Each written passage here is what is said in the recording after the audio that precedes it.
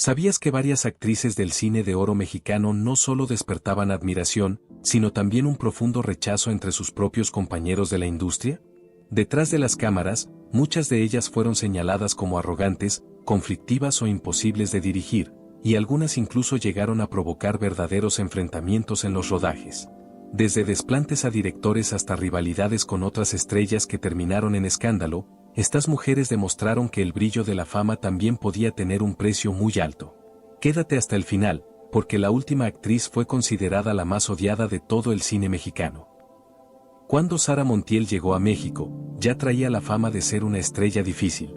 Su paso por Hollywood le había dado un aire de superioridad que chocaba con el ambiente fraternal de los estudios mexicanos. Desde su primera película, los técnicos y actores la describían como imposible de dirigir. Pedía iluminación especial, exigía cambiar los ángulos de cámara para favorecer su perfil. Si algo no le gustaba, detenía la grabación sin avisar al director. No quiero parecer una sombra al lado de nadie, dijo una vez frente a Pedro Infante, quien la miró con incredulidad y respondió en tono burlón: entonces apaga el sol, porque ese también te hace competencia. Esa anécdota marcó el inicio de una relación tensa entre ambos. Infante, acostumbrado a trabajar con compañeras alegres y sencillas, no soportaba sus exigencias ni su actitud distante.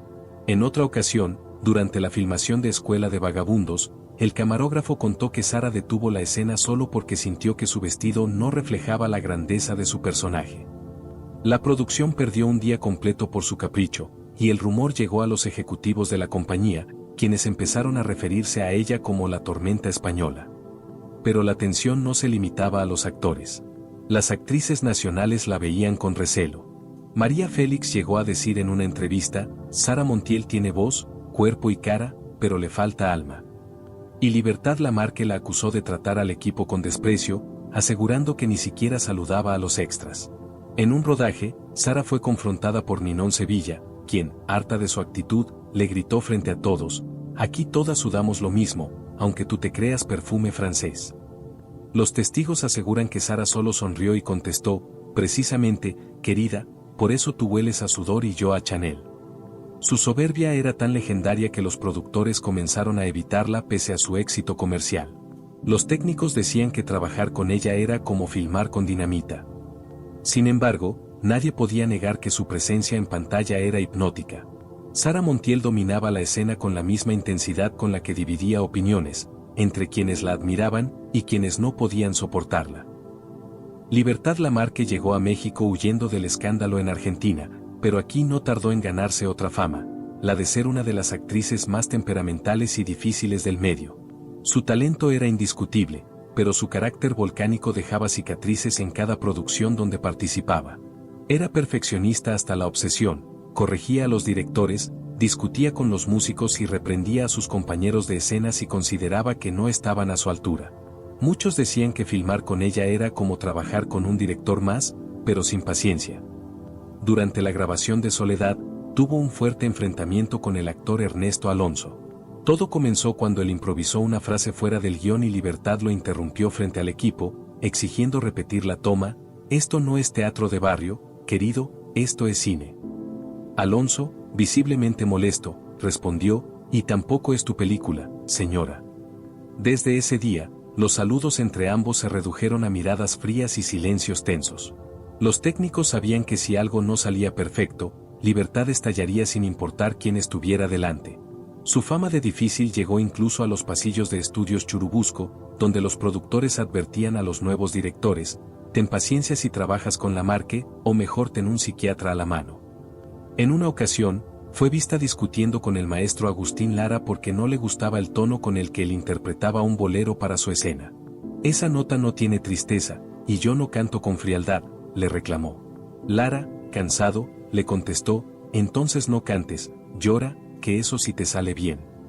Las demás actrices la respetaban, pero también la evitaban. Marga López dijo en una entrevista que Libertad era brillante, pero insoportable, mientras que Pedro Infante, quien compartió escena con ella, aseguró que nadie podía hacerla reír ni aunque lo intentara todo el set. Sus exigencias, sus cambios de humor y su manía de tener la última palabra la convirtieron en una leyenda tanto por su voz, como por la tensión que dejaba en cada filmación. Era una diva, sí, pero una diva que pocos querían volver a ver en el mismo plató. Ninon Sevilla no solo llenaba la pantalla con su energía desbordante, también desataba tormentas detrás de cámaras. Su intensidad, que en escena la hacía brillar como pocas, se convertía fuera del set en un carácter explosivo que la volvió temida por muchos. Era directa, impredecible y con un ego tan grande como su talento. Los camarógrafos decían que bastaba con una mirada suya para que el silencio se apoderara del foro. Con Ninon no se juega, solían decir los técnicos, que aprendieron a no contradecirla si algo no le parecía. Durante la filmación de Aventurera, protagonizó un enfrentamiento con Andrea Palma, quien interpretaba a su madre en la historia. En una escena de discusión, Ninon improvisó un movimiento y Palma la interrumpió, reclamándole que debía respetar el guión. Ninon, sin bajar el tono, respondió: «Yo no actúo, señora, yo vivo. Si quiere líneas, lea el periódico». La tensión fue tan fuerte que el director Alberto Gout tuvo que detener la grabación. Desde ese día, se rumoró que nadie quería compartir escena con ella si el guión incluía insultos o bofetadas, porque con Ninon, los golpes se sentían de verdad. Su fama de difícil se extendió más allá de los estudios. En una ocasión, fue vista discutiendo acaloradamente con el coreógrafo Joaquín Garrido porque él quiso corregirle un paso de baile. Ninon, ofendida, le gritó frente a todos: «Yo inventé este ritmo cuando tú todavía bailabas en bautizos». Y aunque Garrido abandonó el set, Ninon completó la escena sola, bailando con tanta fuerza que los aplausos al final parecieron más un intento de calmarla que de celebrar su actuación. Rumbera por excelencia y símbolo de sensualidad, Ninon Sevilla fue también una figura de autoridad temida. Rosa Carmina llegó a decir que trabajar con ella era como bailar sobre fuego, brillante, pero peligroso. Algunos aseguraban que su carácter indomable provenía de su infancia dura, otros decían que simplemente no toleraba la mediocridad. Lo cierto es que su presencia imponía respeto y miedo a partes iguales. Si algo se salía de su control, la tormenta estaba garantizada, y más de un productor terminó prometiéndose no volver a contratarla, por muy taquillera que fuera. A simple vista, Rosita Quintana parecía dulce, elegante y encantadora. Pero bastaba convivir con ella unas horas en el set para descubrir que detrás de esa sonrisa se escondía una mujer de carácter fuerte y una lengua filosa. No toleraba errores, odiaba que le corrigieran y tenía un sentido del perfeccionismo que rayaba en la obsesión.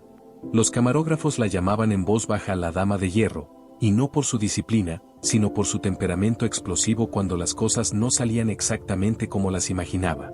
Durante la filmación de Susana, Carne y Demonio, dirigida por Luis Buñuel, Rosita protagonizó una de las discusiones más recordadas del cine mexicano. Buñuel, fiel a su estilo provocador, le pidió que repitiera una escena con menos glamour y más instinto. Rosita se levantó furiosa y le respondió: «Yo no hago papeles de animales, hago cine». El director, impasible, le contestó: «Entonces no actúes, ruge». La tensión se sintió en todo el set y varios técnicos juraron que esa fue la única vez que Buñuel perdió la paciencia con una actriz. Desde ese día, Rosita exigía revisar cada plano antes de aprobarlo, una práctica que irritaba profundamente a los directores. Pero sus enfrentamientos no se limitaban al cine. En los camerinos, era conocida por su franqueza brutal. En una ocasión, fue vista reprendiéndole a Sara García su manera de actuar, diciéndole: «Usted ya no conmueve, solo grita». La abuelita del cine mexicano no respondió, pero al salir del foro comentó: «La juventud cree que los aplausos duran más que la humildad». Aún así, nadie se atrevía a confrontar a Rosita directamente, tenía una presencia tan dominante que hacía sentir a todos como principiantes. Pedro Armendáriz, quien trabajó con ella en El hombre sin rostro, confesó años después: «Era bellísima, pero qué carácter. Te miraba como si estuviera juzgando tu existencia». Y aunque su talento era innegable, las productoras comenzaron a espaciar sus contratos. No porque no vendiera boletos, sino porque pocos querían soportar la tensión que dejaba tras cada rodaje. En un ambiente lleno de divas, Rosita Quintana logró algo único: ser recordada como una de las más respetadas y una de las más temidas. Gloria Marín fue una de las mujeres más talentosas y carismáticas del cine de oro, pero también una de las más temidas fuera de cámara.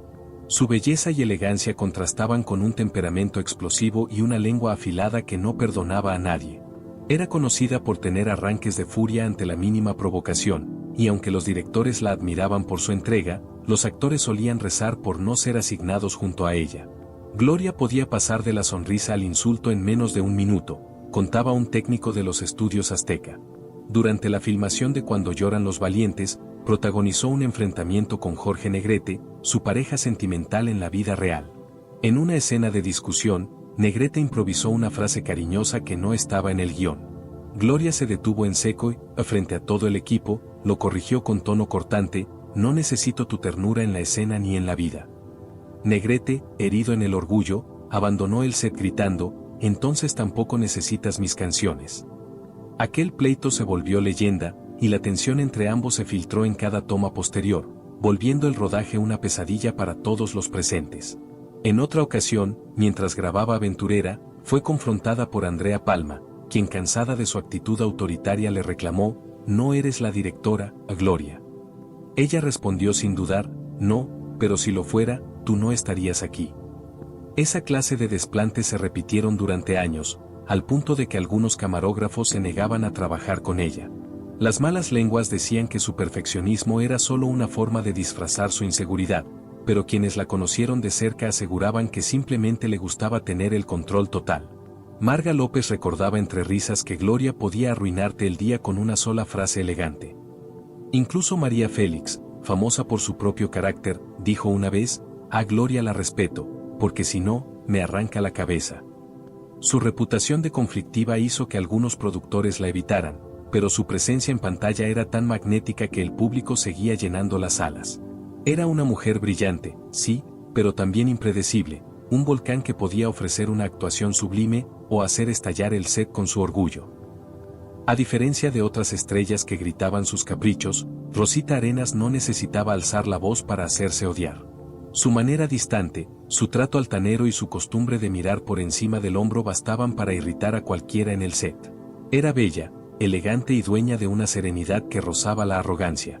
Los maquillistas decían que ni siquiera les dirigía la palabra, solo se observaba al espejo y señalaba lo que quería con un gesto. Los técnicos la apodaron la Esfinge, porque trabajaba en silencio, pero cada una de sus miradas podía congelar el ambiente. Durante la filmación de El hombre y el monstruo con Enrique Rambal, ocurrió un incidente que se volvió leyenda. Rambal, un actor muy disciplinado, se quejó porque Rosita llegaba tarde y obligaba a repetir las escenas por errores mínimos.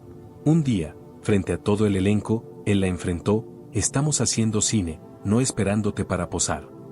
Rosita respondió con una calma gélida: pues si la cámara me espera, será porque lo valgo. El silencio posterior fue tan tenso que el director tuvo que interrumpir la jornada.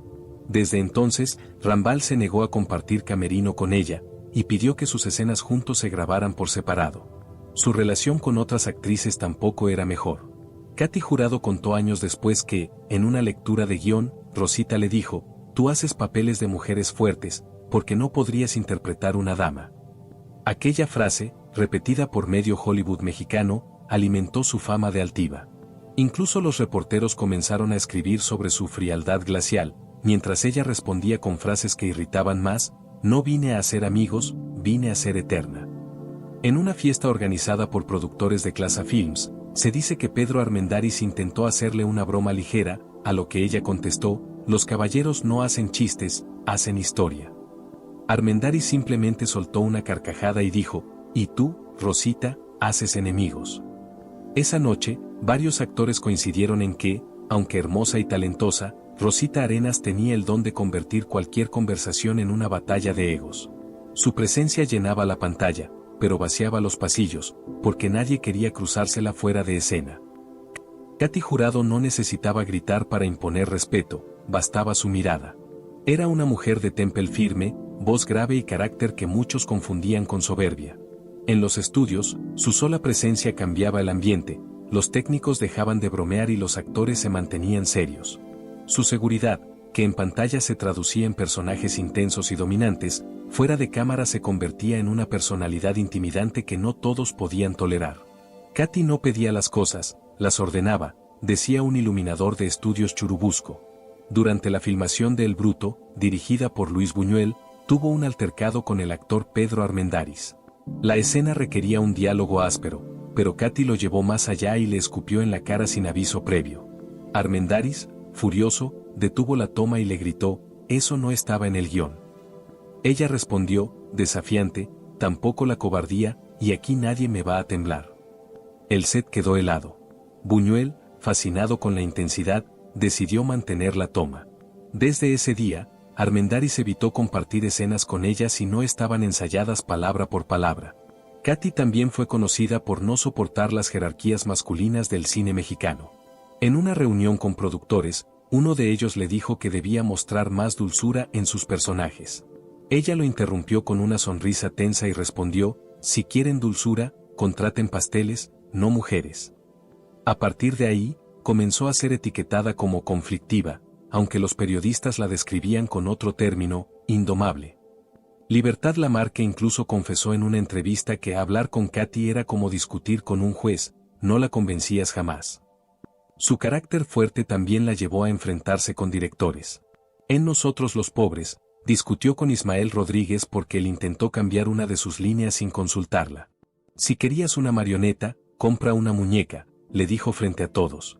Rodríguez, para evitar más roces, no volvió a darle notas directas durante el rodaje. Pero esa intensidad fue justamente lo que la llevó a Hollywood, donde los estadounidenses la admiraban tanto como en México la temían. Para sus compañeros, Katy Jurado no era una actriz más, era un huracán vestido de seda, capaz de robar la escena o arrasar con quien se le opusiera. Aunque Marga López proyectaba ternura en la pantalla, detrás de cámara su carácter podía ser tan cortante como una navaja. Su imagen de mujer sensible, abnegada y amable contrastaba con una exigencia casi militar hacia sus compañeros de trabajo. No soportaba la improvisación ni la falta de disciplina, y los directores decían que era un ángel en escena, pero un sargento entre tomas. Marga tenía fama de corregir a todos, incluso al apuntador, y eso le ganó la antipatía de varios colegas que la consideraban una perfeccionista insoportable. Durante la filmación de Salón México, tuvo un fuerte choque con el actor Rodolfo Acosta. En una escena, él olvidó una línea, y Marga, sin contenerse, detuvo la grabación para decirle frente a todos: si no te sabes el texto, no me mires como si fuera tu espejo. Acosta, humillado, respondió con ironía: qué suerte que no lo soy, porque los espejos no hablan tanto. El rodaje se paralizó por horas. Emilio Fernández, el director, tuvo que intervenir y pedirles que se comportaran como artistas, no como enemigos. Desde ese momento, ambos se negaron a ensayar juntos fuera de cámara. Su fama de exigente se extendía incluso a los técnicos. Un sonidista relató que Marga obligaba a repetir escenas por ruidos invisibles que nadie más escuchaba. Si algo no salía como ella quería, podía quedarse callada minutos enteros, mirando fijamente al responsable, hasta que alguien se disculpaba. Esa tensión constante hacía que trabajar con ella fuera tan agotador como fascinante. Era una actriz que te hacía mejor, pero a golpes de orgullo, dijo el fotógrafo Gabriel Figueroa en una entrevista de los años 70. Marga también tenía una relación tensa con otras actrices. Se decía que evitaba coincidir con Lilia Prado porque la consideraba demasiado ligera para el drama, y que una vez le lanzó una mirada tan fría en el set que Lilia olvidó su diálogo. Sin embargo, su mayor enfrentamiento fue con Ninón Sevilla, durante una entrega de premios, cuando Marga comentó que el talento también puede vestirse con decoro. La respuesta de Ninón fue inmediata, y la hipocresía, con encaje. A pesar de su reputación de difícil, Marga López era tan admirada como temida, porque detrás de esa voz suave y rostro angelical, había una mujer que no perdonaba ni el más mínimo error. Pocos podían imaginar que detrás del encanto y la coquetería de Lilia Prado se escondía una mujer de carácter explosivo. Era una actriz magnética, de esas que iluminaban el set apenas llegaban, pero también una profesional que no toleraba ni la mínima falta de respeto. Los directores la adoraban por su naturalidad frente a la cámara, aunque temían sus arranques cuando algo no salía como ella quería. Lilia podía pasar del coqueteo a la furia en un parpadeo, recordaba uno de los asistentes de filmación de Las mujeres de mi general. Durante la grabación de La ilusión viaja en tranvía de Luis Buñuel, Lilia tuvo un enfrentamiento con su compañero Ernesto Gómez Cruz. En una escena ligera, él improvisó una broma que hizo reír al equipo, pero Lilia no lo tomó bien. Esto no es un circo, es mi trabajo, le soltó delante de todos. Gómez Cruz intentó defenderse, pero ella, sin titubear, agregó: cuando te ganes un Ariel, hablamos de humor.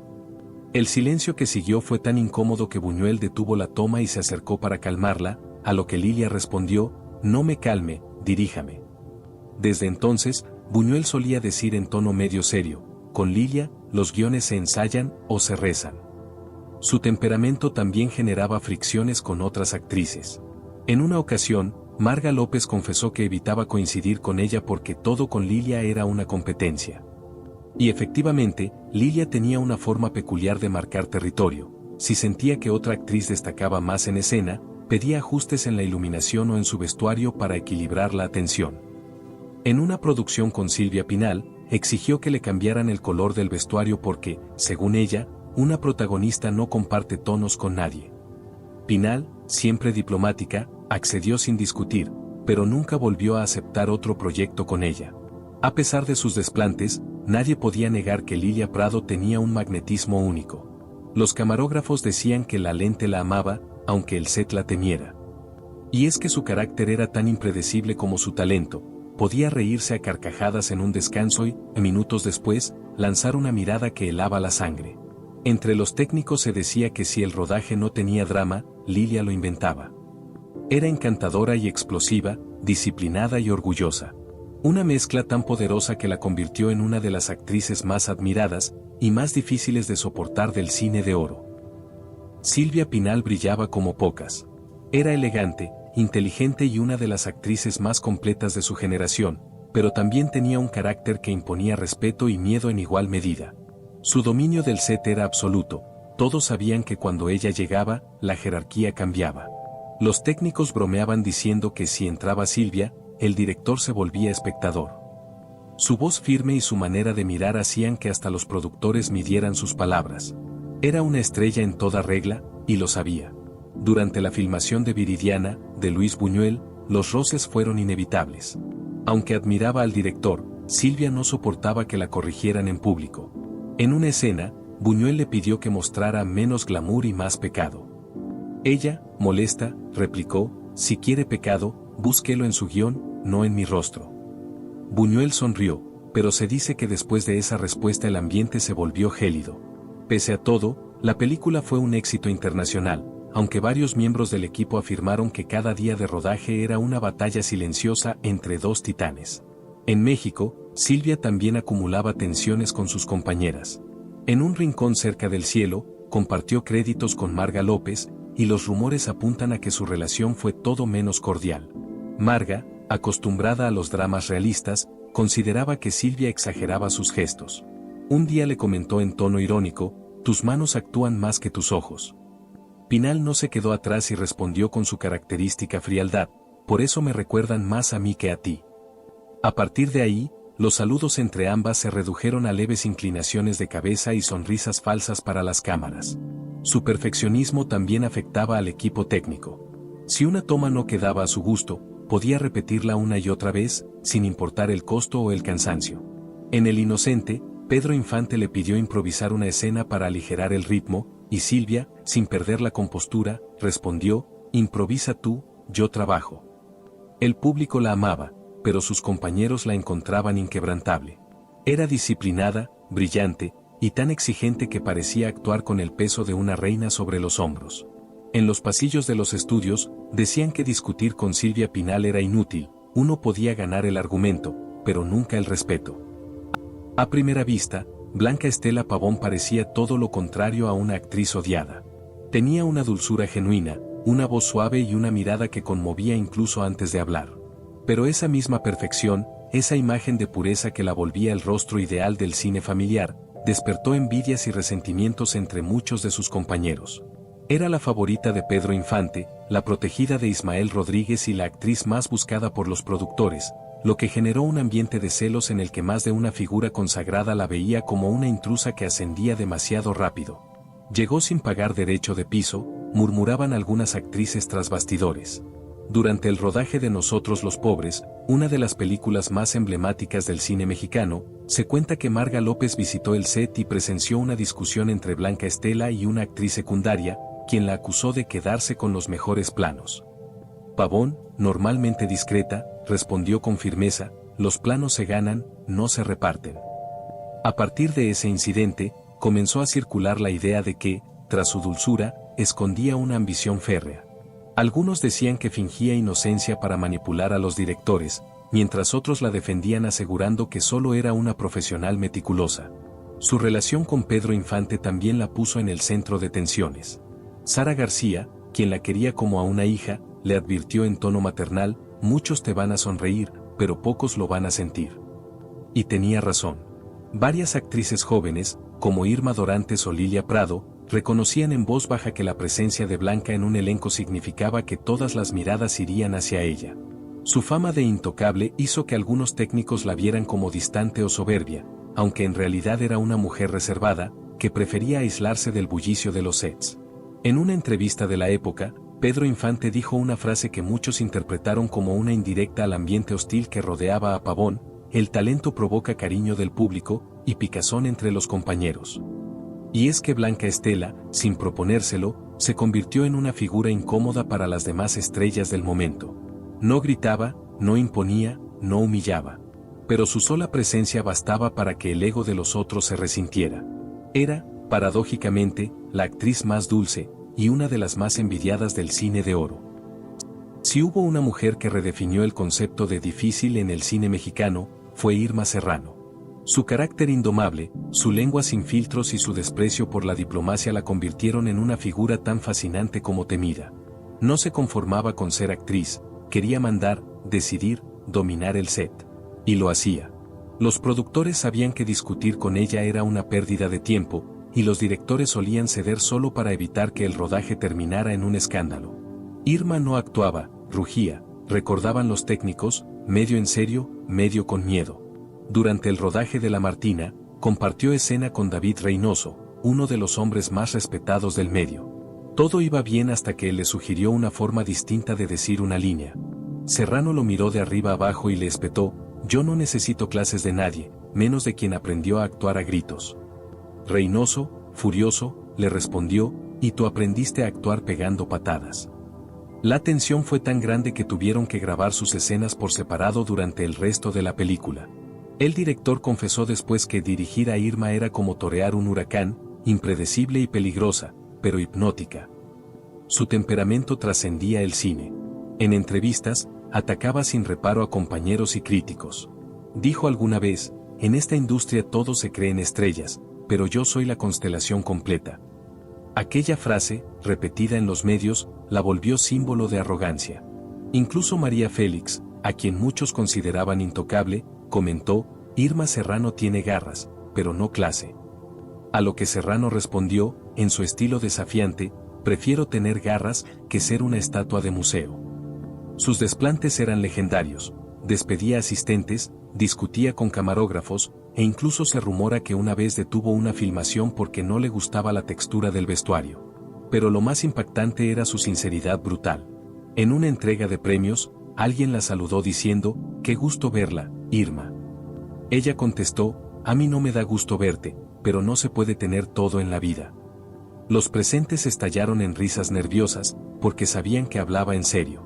Irma Serrano fue una tormenta viva, impredecible, dominante, y capaz de transformar cualquier set en un campo de batalla donde, inevitablemente, ella siempre salía ganando. Sasa Montenegro fue una de las figuras más polémicas del cine mexicano de los 70 y 80. Su belleza y sensualidad eran innegables, pero lo que realmente la convirtió en una figura odiada dentro del medio fue su carácter desafiante y su manera de decir lo que pensaba sin filtro alguno. Mientras muchas actrices trataban de mantener una imagen respetable, ella disfrutaba provocar, incomodar y demostrar que nadie podía decirle qué hacer. Los productores la amaban por la taquilla que generaba, pero los actores la temían por su temperamento.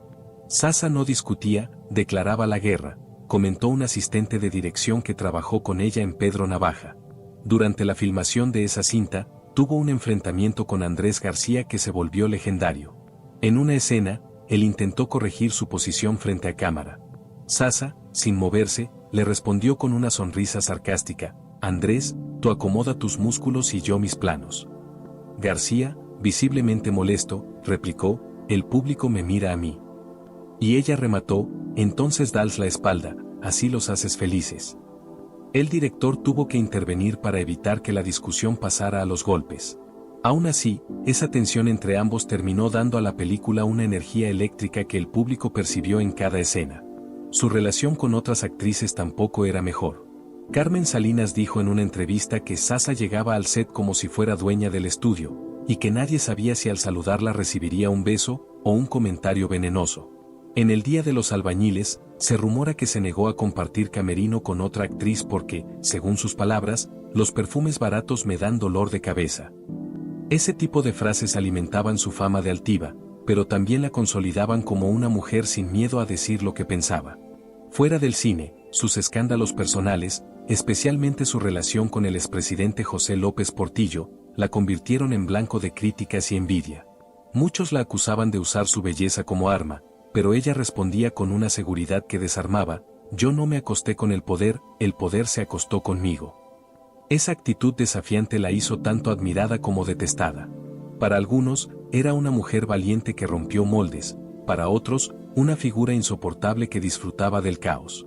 Lo cierto es que Sasa Montenegro no solo actuaba en el cine, también lo hacía en la vida, y siempre, sin importar el costo, era la protagonista absoluta. Desde el primer día que pisó un set de grabación, María Félix no solo se ganó el respeto, sino también la antipatía de muchos.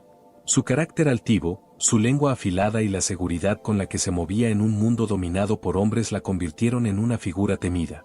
No soportaba que nadie le diera órdenes y, según cuentan, más de un director terminó cediendo a sus caprichos solo para evitar una escena.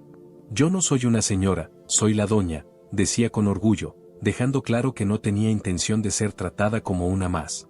En una ocasión, durante la filmación de La Mujer sin Alma, fue confrontada por el actor Julián Soler, quien cansado de sus desplantes le dijo: aquí todos somos profesionales, no dioses. María lo miró con frialdad y respondió: por eso, querido, tú trabajas, y yo brillo. Aquella frase corrió por los estudios Churubusco como pólvora. Los técnicos murmuraban que nadie había visto una actitud semejante desde Dolores del Río, pero con un nivel de arrogancia mucho más evidente. Su trato con otras actrices era aún peor. Se dice que trataba a Miroslava Stern con un desprecio calculado, burlándose de su acento y diciendo que en México no se necesitaban extranjeras para hacer de mujeres hermosas. En los camerinos, muchas evitaban cruzarse con ella, y las que lo hacían sabían que cualquier comentario mal entendido podía costarles una humillación pública. Había quien aseguraba que los productores la mantenían en el centro de todo porque, aunque insoportable, su sola presencia garantizaba éxito de taquilla. El escritor Carlos Fuentes una vez comentó que nadie en México podía hablar con María Félix sin sentir que estaban frente a un volcán.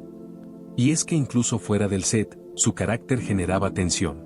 En una fiesta organizada por Jorge Negrete, varios testigos afirmaron que María y Ninón Sevilla se lanzaron miradas tan desafiantes que todos temieron una pelea. Ninguna dijo una palabra, pero el silencio pesó más que cualquier insulto. Era la reina del cine mexicano, y también su figura más temida.